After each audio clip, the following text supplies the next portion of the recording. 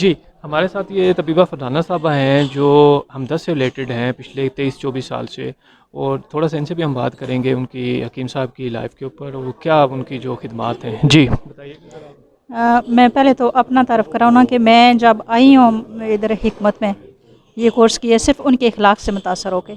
میں جب FSC میں تھی تو میرا میڈیکل میں جانے کا ارادہ تھا، تو مجھے میڈیکل السر ہو گیا نا، تو میں علاج کروانے کے لیے ان کے پاس آئی ہوں۔ تو ان کا اخلاق اتنا اچھا تھا نا کہ میں اس سے اتنی متاثر ہوئی ہوں۔ جب انہوں نے مجھے مشورہ دیا کہ بیٹا آپ کیا کرنا چاہتی ہیں، تو میں نے بتایا، تو وہ کہنے لگے کہ آپ حکمت کر لینا، یہ بہت بیسٹ پیشہ ہے۔ تو اس وجہ سے میں یہاں پہ آئی ہوں۔ پھر اب میں ان کے اتفاق سے ان کے ادارے میں مجھے خوش قسمتی سے جاب بھی مل گئی۔ تو ابھی تک میرے پاس پیشنٹ آتی ہیں تو وہ کہتی ہیں کہ ہم جب ان سے ملتے تھے نا تو ان کے اخلاق سے ہماری آدھی بیماری ٹھیک ہو جاتی تھی۔ تو ہم کوشش کرتے ہیں ہم بھی مریضوں کو ایسے ہی ڈیل کریں، تو اللہ تعالیٰ ان کے رائے پر چلنے کی ہمیں توفیق دے۔ تو بہت ہی نیس انسان تھے۔